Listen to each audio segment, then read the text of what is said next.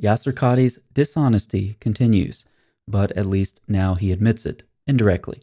After removing his problematic interview from his channel earlier this year, Qadhi was distressed to find his interview reappearing in various forms on other YouTube channels. His solution was, of course, the modern Western equivalent of the tried and true Islamic strategy of silencing critics. He began filing false copyright claims to get those videos removed. His copyright claims were so blatantly dishonest that not even Allah, indeed, not even YouTube, could defend them. In case you haven't figured it out yet, there are several Christian apologists who really do not like the egregious dishonesty we see in some of these Muslim authorities, and we call them out on it repeatedly. So I took the chance to remind Qadhi of his cowardice and corruption a couple of times on Twitter.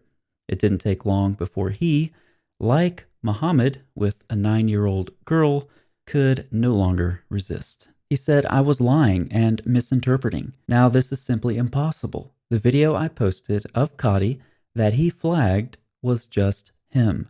I was not even in the video. It is therefore difficult to see how I can be accused of lying or misinterpreting in a video that I'm not even in. Perhaps when Yasser Qadhi was watching my video, Satan imitated my voice and whispered something into his ear, making him think that I said something I didn't. But for the sake of argument, let's say that I was lying and misinterpreting.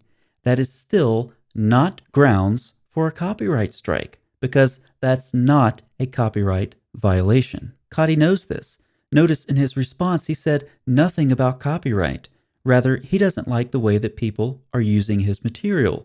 More specifically, he doesn't like that people are using his video clips at all, because he wants what he said removed from the internet. Qadhi knows he's abusing the copyright policy, but as you can see in his comment, he appeals to postmodern communication, so many Muslims do, where language means whatever you want it to mean.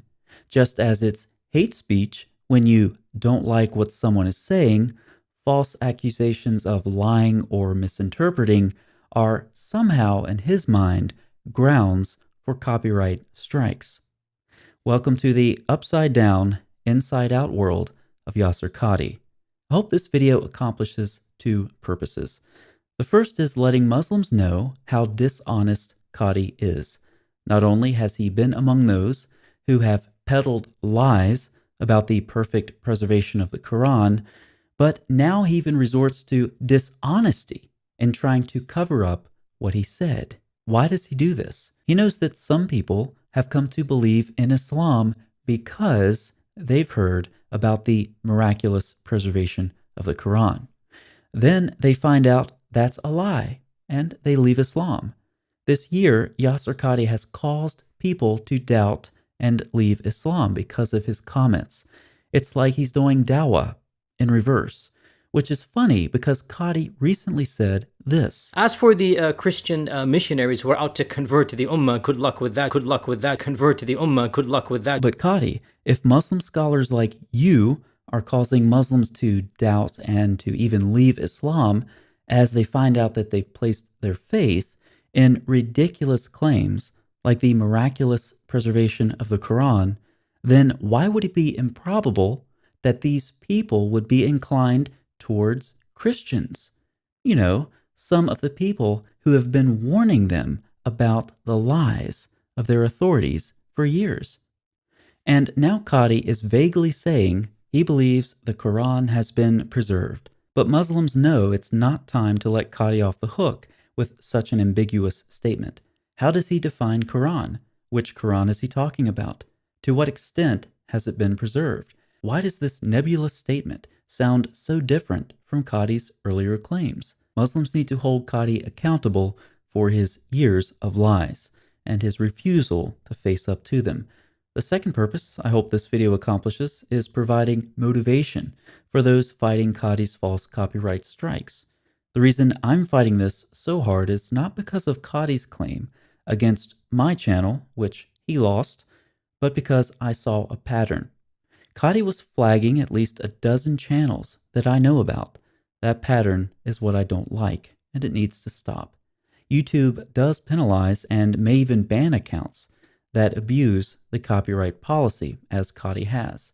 As more and more channels win their appeals, I'll contact YouTube with the evidence and pressure them to tell us how many more free copyright false flag passes they'll give Kadi. There's also further legal action I'm considering beyond simply winning my copyright appeal.